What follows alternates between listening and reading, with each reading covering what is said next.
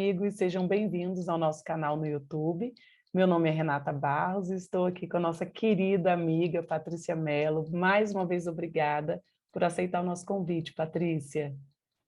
Eu que agradeço demais pelo convite, é sempre um prazer estar aqui com vocês da Celuz. Obrigada, o prazer é todo nosso. Patrícia falará hoje sobre a existência de Deus. Lerei um trecho, do livro Vida Feliz, ditado pelo Espírito Joana de Ângeles, para harmonizarmos o ambiente. Ser sábio, investindo no futuro. O que ora te acontece, resulta do passado que não podes remediar. Mas aquilo que irá suceder depende do que realizes a partir de hoje.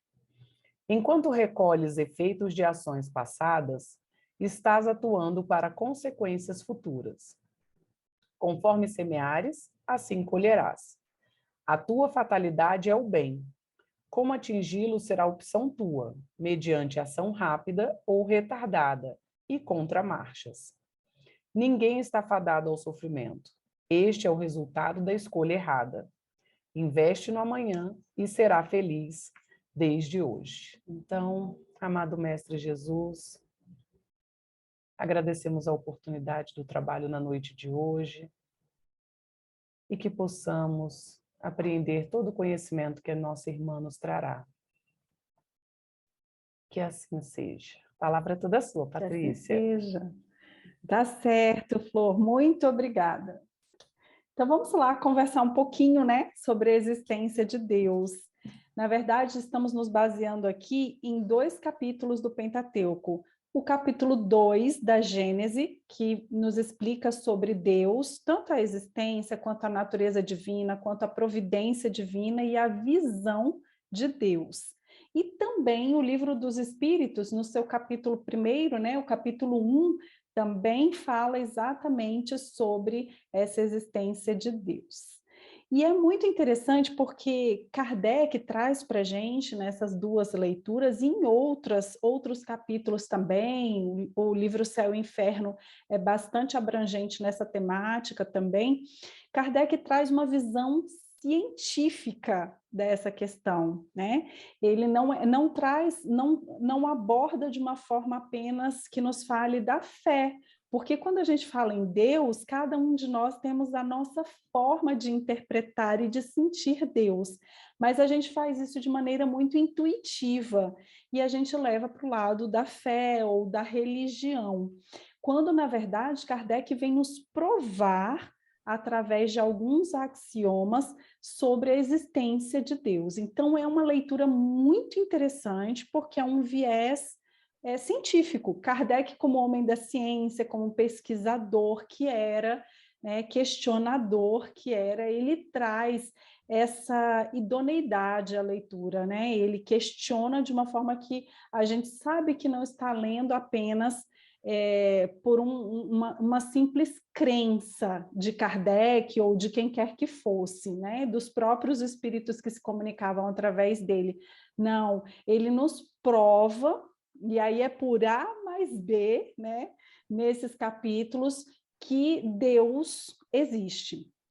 Então, ele começa falando lá no capítulo 2 da Gênese, ele fala assim: constitui princípio elementar que pelos efeitos é que se julga uma causa, mesmo quando ela se conserve oculta. Então, ele está falando desse axioma, dessa máxima de que por trás de toda causa inteligente precisa haver um efeito também inteligente. Então, se a gente questiona qualquer que seja a criação divina, qualquer coisa que o homem não tenha conseguido criar, e a gente sabe que se uma causa inteligente, ele partiu de um efeito inteligente. Então, ele já começa por aí a nos exemplificar sobre essa construção, esse mecanismo engenhoso, como ele utiliza aqui o termo, para que a gente pudesse pensar e contemplar essa obra divina do ponto de vista da inteligência, que nem o homem mais inteligente da face da Terra seria capaz de construir. né? E isso a gente está falando apenas de Terra, né? De planeta Terra, do nosso planeta. Que dirá se nós falarmos dos demais planetas, inclusive mundos mais evoluídos que o nosso, com criações muito mais evoluídas e superiores à nossa, e tudo isso parte de uma inteligência que é perfeita, que é Deus.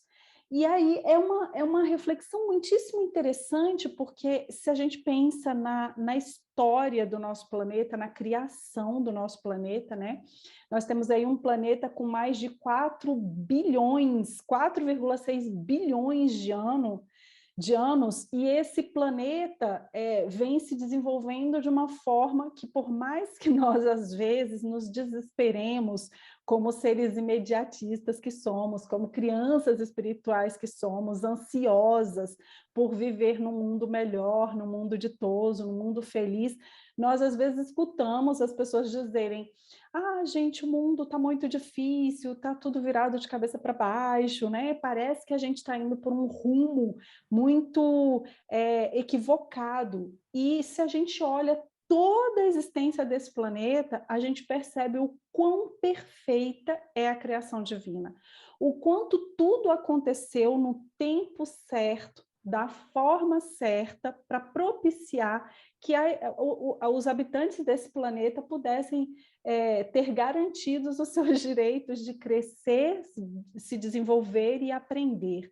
Então, esse lar que foi construído e colocado, né, construído por Deus, entre aspas, aí essa palavra construção, mas foi planejado e executado por Deus de forma muito engenhosa, como o Kardec coloca aqui, sob a guarda de um governador, que é Jesus Cristo, né, que é o nosso modelo, maior modelo de perfeição que já habitou aqui no planeta Terra e que, junto com outros espíritos crísticos, né, espíritos de primeira ordem, como nos ensina o Livro dos Espíritos, são espíritos bons na sua essência, né, espíritos perfeitos. Esses espíritos, planejadamente, orquestradamente, eles acompanham tudo o que acontece nesse planeta. Então, quando a gente olha tudo que tem acontecido nos últimos tempos, sobretudo, né, nós que estamos passando aí pela primeira vez nessa existência terrena, porque quiçá em outras existências já tenhamos vivido muitas situações até piores, mas nessa existência, nós que acabamos de passar por uma pandemia, nos horrorizamos e falamos: meu Deus, quanta violência nesse mundo, quanto sofrimento, quanta dor, quantas mortes, quantas partidas, quanta gente desempregada, quanto a fome, mas isso não é nem de longe a vontade de Deus para nós, né? Isso é exatamente como na leitura que você fez aí na abertura, é o resultado das nossas próprias escolhas enquanto humanidade. Esse é o reflexo do nosso próprio livre-arbítrio. Então, muitas vezes, nós aqui na humanidade temos todo um caminho de luz a ser seguido, um caminho de evolução, e às vezes a gente, por ainda estarmos numa fase de muita imaturidade, muita infantilidade na nossa evolução, né? Pensando como aprendizes e como caminhantes, nós ainda somos aprendizes ali de um nível ainda muito pueril, a gente ainda comete muitos equívocos. E esses equívocos, justamente pela bondade, justiça divina, infinita justiça, nós precisamos fazer o caminho, percorrer o caminho de volta para que aprendamos com as nossas próprias escolhas e para que aprendamos a fazer escolhas cada vez melhores. Então, o que nos parece o caos, né, na verdade, tem alguém no leme, né? Tem alguém que está cuidando de nós, que está nos conduzindo para as melhores escolhas. E a gente, como criança, que às vezes só aprende quando enfia lá o dedinho na tomada, né? Que os pais falam: não pode, não pode, não pode. Enquanto não vai lá e coloca, não aprende, muitas vezes nós também somos assim. Então, quanto aprendizado essa pandemia proporcionou para aqueles que quiseram, né, olhar para dentro de si, ela nos trancou dentro de casa, mas literalmente ela nos trancou dentro de nós mesmos, nas nossas profundas reflexões sobre as prioridades da vida, sobre o que era de fato prioridade, porque a gente estava vivo num dia e no dia seguinte a gente não sabia se continuaria habitando esse planeta mais, né? E a gente via pessoas que a gente falava hoje e amanhã, infelizmente, estavam hospitalizadas e partiam, né, para a nossa verdadeira morada, que é o mundo espiritual. Então, todas essas reflexões nos trouxeram a certeza de que a nossa vida é passageira, de que nós estamos vivendo uma experiência breve, né, material, mas que a nossa vida eterna, a nossa vida de espírito, ela não cessa nunca e os aprendizados não terminam nunca. Então, eu posso, enquanto Patrícia, findar minha existência material dessa encarnação, mas o meu espírito é eterno, e ele continuará a sobreviver, ainda que fora desta matéria, ainda que em outras moradas da casa do meu pai, como nos ensinou Jesus, e a gente continua no aprendizado e volta para cá e não comete, se Deus quiser, os mesmos erros, né? Podemos cometer outros, mas vamos crescer e evoluir. Então, Kardec, nesse capítulo, ele vai mostrando exatamente essa sabedoria, esse olhar divino sobre toda a criação, né? E ele diz assim: lançando o olhar em torno de si, sobre as obras da natureza, observando a previdência, a sabedoria, a harmonia que preside a todas as coisas, reconhece-se não haver nenhuma que não ultrapasse os limites da mais talentosa inteligência humana. Então, como nós falamos, não há inteligência humana capaz de haver criado tudo o que há. Então, para cada causa inteligente, é necessário que haja um efeito inteligente, né? É o contrário. Para cada efeito inteligente, é necessário que haja antes uma causa inteligente. Então, ele diz assim, ora, desde que o homem não as pode produzir, é que elas são produto de uma inteligência superior à humanidade, salvo se sustentarmos que há efeito sem causa.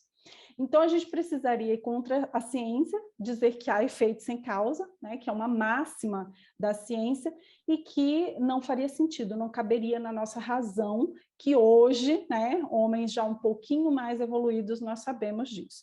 Então, ele fala primeiro desses efeitos inteligentes, nos esclarece sobre isso, e ele diz, então, que partindo dessa máxima, a existência de Deus é, pois, um fato comprovado, não só pela revelação, como pela existência material dos fatos.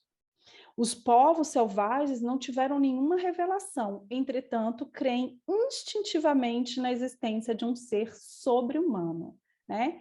E aí, então a gente entra nessa natureza divina, que é outra temática desse capítulo muito interessante, porque os espíritos nos esclarecem, lá nas questões 11, 12, 13 do Livro dos Espíritos, e eles dizem claramente que nós ainda não temos condições, nem vocabulário, nem inteligência suficiente para alcançarmos a essência divina, a natureza divina. Mas nós já temos condições de entender que Deus existe, entender a existência divina, embora não consigamos alcançar a essência e a natureza divina. Então, de forma muito didática, os espíritos nos trazem os atributos de Deus. É como se fosse assim, já que vocês não têm condições de entender Deus na essência, de compreender Deus na essência, então a gente vai mostrar para vocês didaticamente, como se fossem partes fracionadas, né, desses atributos, sem os quais, se nós tirarmos um deles, já deixa de ser Deus. Um deles já deixa de ser Deus. Então, é mais fácil a gente entender Deus pelas partes juntas do que tentar compreendermos Deus de uma forma completa, né? Lá na questão 14 tem uma frase muito interessante que ele fala assim, ó, crede em mim e não vades além. Não vos percais num labirinto de onde não podereis sair. Deixai de lado todos esses sistemas. Vós já tendes muitas coisas que vos tocam mais diretamente, a começar por vós mesmos. estudai as vossas próprias imperfeições para vos livrardes delas, isto é, será mais útil do que querer penetrar no que é impenetrável. Então, eles esclarecem que, assim, a gente tentar entender a essência divina, a natureza divina, para nós é impenetrável. Né? É algo que a gente não consegue alcançar. E eles falam, olha, é mais produtivo, então, vocês voltarem para as próprias imperfeições e tentarem evoluir do que querer entender a essência divina. Né? Por outro lado, Kardec pergunta lá na questão 10, assim, ó, pode o homem compreender a natureza íntima de Deus? E a resposta é clara, não. Falta-lhe um sentido para isso. Aí ele continua, então será permitido ao homem algum dia compreender o mistério da divindade? E essa resposta eu amo, porque ela nos enche de esperança. Ela fala assim, quando o espírito do homem estiver mais quando o espírito do homem não estiver mais obscurecido pela matéria, e por sua perfeição se houver aproximado do mistério da divindade, ele então o verá e o compreenderá. Eu acho isso lindo, porque eles estão dizendo, estão garantindo para nós que todos os homens, um dia, leve o tempo que levar, e cada um a seu tempo, né? Porque uns mais rápido, outros mais devagar, cada um a seu tempo, mas eles estão nos dando a garantia de que um dia, quando nós não estivermos mais obscurecidos pela matéria, ou seja, quanto menos envoltos nas questões materiais nós estivermos, mais nós depuraremos o nosso espírito e aí teremos a condição de ver e compreender Deus.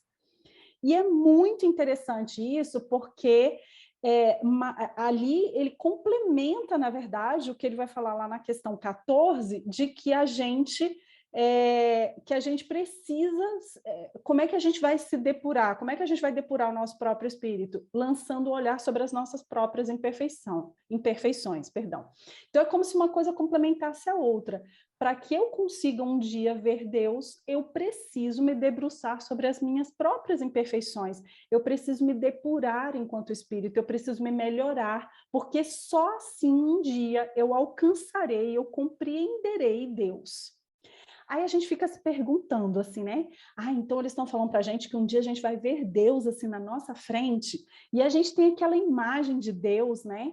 Que é aquele senhor barbudo, né? Gordinho das fotos lá, né? Que alguém projetou para a gente essa imagem, né? E aí a gente já não sabe se é Papai Noel ou se é Deus, porque é quase a mesma coisa, barbudinho e tal.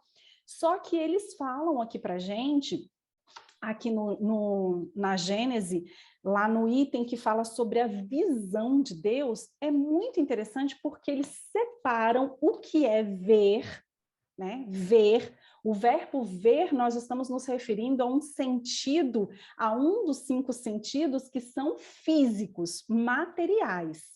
E aí, quando eles dizem ver Deus, eles não estão querendo dizer ver com os olhos. Por isso que eles falam que quando nós nos distanciarmos das questões materiais é que nós veremos Deus. E aí você fala, como assim? Para ver, então tem que estar imerso na matéria? Não, o contrário.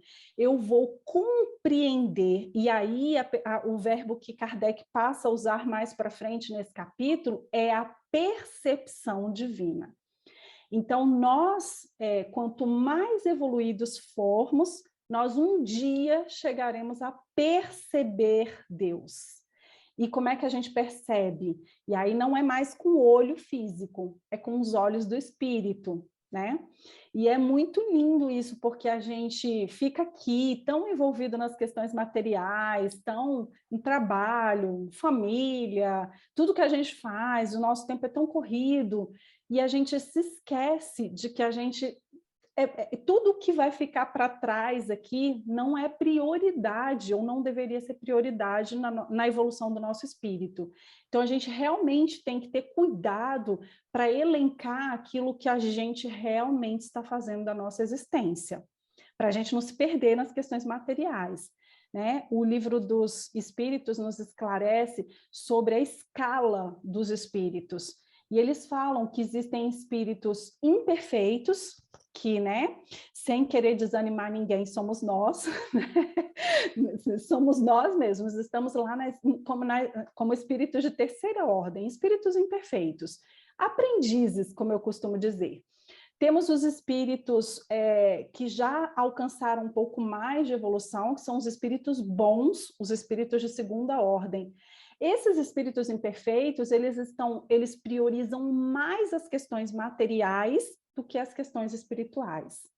Os espíritos bons de segunda ordem, eles já priorizam mais as espirituais do que as materiais. E é por isso que eu digo que nós somos espíritos de terceira ordem ainda. E os espíritos de primeira ordem, os espíritos puros, né? Os espíritos já num patamar máximo de evolução, esses espíritos eles já vivenciam o tempo inteiro as questões espirituais. Eles não existe a possibilidade de vivenciar ou de pensar o mal. Eles já são bons por natureza. Então, olha o caminhar extenso que a gente tem para chegar até os espíritos de primeira ordem, se nós quisermos um dia ter a compreensão do que é Deus e ter a percepção e ver espiritualmente falando, ou seja, perceber Deus, sentir verdadeiramente Deus. Então, eles nos garantem que um dia nós chegaremos lá, na questão 11, mas que para isso precisamos depurar o nosso espírito, né? E ele diz assim, ó, que a inferioridade das faculdades do homem não lhe permite compreender a natureza íntima de Deus, infelizmente, né? E aí, Kardec continua perguntando, se não podemos compreender a natureza íntima de Deus, nós podemos ter uma ideia de algumas de suas perfeições, que é a questão 12, e os espíritos respondem, sim, de algumas. O homem as compreende melhor à medida que se eleva em relação à matéria. Ele as entrevê pelo pensamento, né? E aí ele continua explicando, então, essas partes que eu falei para vocês, que são os atributos de Deus, né? Como se ele dividisse em várias partes. As nossas religiões terrenas, e aí eu digo desde o início da história da humanidade, elas não têm a visão completa de Deus, porque cada um desses atributos, eles foram fracionados mesmo. Então, por não compreender todos os atributos, muitas delas se apegaram a um deles. E aí, por isso que a gente, às vezes, tem uma visão equivocada, distorcida de Deus. Né? Um Deus que lá na época, né? Voltemos lá na época de Moisés, né? 1800 anos antes de Cristo, Moisés teve um papel importantíssimo, era um legislador da época, a gente não pode se esquecer isso, ele escrevia várias leis que eram leis terrenas, tanto que elas foram totalmente modificadas porque eram leis que serviam para aquela época, para aquela civilização, né? Na qual, quando se dizia, por exemplo, lei de Talião, que era olho por olho, dente por dente, já era uma evolução para a época, porque antes você prejudicava a minha família, eu matava a sua família inteirinha, né? Então, quando a gente tem pelo menos uma lei que diz, olha, é um por um, já era uma evolução, né, para a época. E Moisés, ele traz a base do que hoje é a justiça, né? As leis da época, as leis mosaicas, as leis terrenas de Moisés, elas são a base da justiça terrena que nós temos hoje, ou seja, o princípio da justiça. Mas Moisés, através do decálogo, ou seja, através das 10 leis divinas, e aí não eram leis de Moisés, foram recebidas por ele lá no Monte Sinai, Moisés, então, ao receber aquelas leis, ele traz para a humanidade leis que são atemporais, imutáveis. Passa o tempo que passar, todas aquelas leis morais que são divinas, elas não se modificam. Não matar, não roubar, né? não cobiçar a mulher do próximo. Então, todas aquelas leis que a gente tem lá, honrar pai e mãe, e que geralmente começavam com não, porque era justamente falando para uma sociedade punitiva na época, né? Eram leis muito importantes para aquela época. Mas Moisés, como eu disse, teve um papel importante porque trouxe a primeira revelação, a revelação de um Deus único. veio justamente para um povo que já acreditava nisso, porque os demais povos primitivos eram politeístas.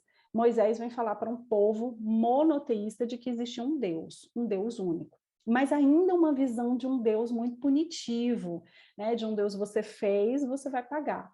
Né? Por quê? Porque não conheciam todos os atributos divinos, conheciam parte desses atributos. 18 séculos depois, vem Jesus Cristo, a segunda revelação. E qual é a segunda revelação? Vem falar de que esse Deus, ele é um Deus de amor, né? Jesus vem trazer a revelação de um Deus Pai. Olha a diferença, né? Saímos de um Deus punitivo para um Deus que era Pai. Então, essa visão de amor, e aí sim a completude de todos os atributos divinos. Então, como diz aqui no Livro dos Espíritos, que Deus é eterno, que Deus é imutável, que Deus é imaterial, que Deus é único, que Deus é todo-poderoso, que Deus é soberanamente bom e justo. Se a gente tirar qualquer um desses atributos, deixa de ser Deus. E esses atributos são infinitamente perfeitos. Por isso que a gente começa a entender o que é Deus a partir dessas partes, que quando a gente ajunta e sabe que sem tirarmos nenhuma, aí sim nós estamos entendendo a existência divina. Muito embora, como nos dizem os espíritos, nós não tenhamos capacidade ainda de compreender a essência, temos apenas a condição de compreender a existência, né? E aí, então, falando desses atributos todos, que tanto o Livro dos Espíritos quanto a Gênesis explica cada um deles, né? Hoje não cabe explicar aqui, mas eu recomendo fortemente a leitura desses 2 capítulos. Ele vai se encaminhando para o final, né? Falando sobre a providência divina e sobre, também mais adiante, a visão de Deus, como eu disse, né? Então, essa percepção é muito interessante porque a gente acha assim, tem uma frasezinha que as pessoas falam, né? Eu tenho uma amiga que adora dizer essa frase para mim. Ela fala assim, para justificar muitas vezes os erros que ela quer cometer, ela fala assim: ah, amiga, se joga, porque quem não morre não vê Deus, né? E a gente, dentro do Espiritismo, sabe muito bem que, infelizmente, morrer não é garantia de que você vai ver Deus, ou seja, você, ao sair da matéria, né, ao retornar para o plano espiritual, você continua sendo exatamente quem você é aqui. Né? Então, o nosso espírito, como ainda muito imperfeito, não é porque está fora da matéria que vai ter condições de ver com os olhos do espírito a Deus. Infelizmente, como ele nos explica aqui, não basta morrer para ver Deus, né? A gente vai ter que se depurar, a gente vai ter que passar da escala de espíritos imperfeitos para espíritos bons, até chegarmos um dia a sermos espíritos puros, espíritos de primeira ordem. Então, isso justifica que nem todo espírito desencarnado, ou seja, uma minoria, é que consegue ter essa percepção completa de Deus, né? E essa compreensão nos traz uma certeza de que nós precisamos, de novo, aí a gente volta lá para o início da nossa fala, né, de que nós precisamos voltar o olhar para as nossas próprias imperfeições, se um dia nós quisermos ter como objetivo evoluirmos e termos esse contato direto com Deus, né? E aí ele diz assim, ó, lá no item 27 do capítulo 2 da Gênese: o homem é um pequeno mundo que tem como diretor o espírito e como princípio dirigido o corpo. Nesse universo, o corpo representará uma criação cujo espírito seria Deus. E que Deus está em toda parte, na natureza, como o espírito está em toda parte no corpo. Todos os elementos da criação se acham em relação constante com ele. Então, queridos, assim, já, né, a gente já está caminhando aqui para o finalzinho, mas a gente ter esse olhar, né, de que a gente às vezes, né, eu gostaria muito de ver Deus, né? Eu gostaria muito de dizer, olha, gente, eu vi Deus e ele assim, assim, assim. Mas o mais importante para a gente nesse momento não é dizer que nós temos uma compreensão dessa essência, como a gente está tentando falar aqui desde o início. O mais importante é a gente ter toda essa noção do caminhar, que é possível chegar lá? Sim, sem dúvida, né? Jesus chegou, Jesus é o nosso modelo, ele esteve aqui, né, e nos falava sobre esse Deus de amor. Então, essa linguagem da qual Jesus nos falou, essa mensagem, esse legado de amor que Jesus nos deixou, é a isso que nós temos que nos apegar, né? Nós não podemos, de forma alguma, nos perdermos desse farol que guia a nossa existência, que é Jesus. Tudo que ele nos ensinou é o caminho para que um dia nós tenhamos a compreensão total do nosso Pai, né? de Deus. E aí a gente fecha, então, falando sobre, né, o quanto é impotente a nossa linguagem para descrever Deus, mas o quanto é poderosa a nossa vontade de um dia chegarmos lá. Todos, essa é a garantia que ele nos dá, de que todos chegaremos lá. Se nós nos lembrarmos de Saulo de Tarso, que numa mesma existência faz a viradinha de chave, né, de perseguidor dos cristãos, e que ali ele vê, né, Cristo, tanto vê essa resplandecência que ele fica cego, né, por alguns dias, e ele consegue entender, perceber Cristo e, a partir daí, dedicar-se ao Evangelho do Cristo, sendo um dos maiores divulgadores do cristianismo de todas as épocas. Se a gente fizer essa analogia a Saulo, que um dia percebeu a existência de Jesus, fizermos a mesma analogia a nós e um dia termos a possibilidade de perceber com o Espírito a existência de Deus, se ele conseguiu, né, com Cristo, nós um dia conseguiremos com Deus, nosso Pai, né, seguindo sempre os passos de Jesus como nosso farol, tentando amar ao próximo como a nós mesmos, tarefa que não é fácil, né, porque amar quem nos ama é muito fácil. Amar e conviver com aqueles que muitas vezes nos criticam, nos endereçam pensamentos de, sei lá, de ciúmes, de inveja, de rancor, de mágoa, de ódio, é muito difícil, mas é para isso que estamos aqui. É para convivermos com aqueles com os quais nós temos débitos de outrora e que precisamos aprender a nos amar para que nós um dia possamos ter espíritos mais depurados e possamos um dia ver com os olhos do Espírito esse Deus que nós tanto ansiamos. Então é isso. Maravilha, Patrícia. A nossa reforma íntima, né? A famosa famosa íntima. reforma íntima, que não cai de paraquedas, que não é de uma hora para outra, é com muito esforço. É muito esforço, é um trabalho de formiguinha diário, mas é possível, né? Sem dúvida. É reconfortante saber que todos nós poderemos chegar a esse nível, a esse patamar, né? E só a crença em Deus, né, nessa existência que nós estamos aqui colocando em prática, isso também já é muito reconfortante, né? Então, que possamos crer em Deus, em todos os ensinamentos de Jesus. Verdade. E batalhar pela nossa reforma íntima. Verdade, Coragem. verdade. Você poderia fazer a nossa oração final? Faço, com o maior prazer. Obrigada.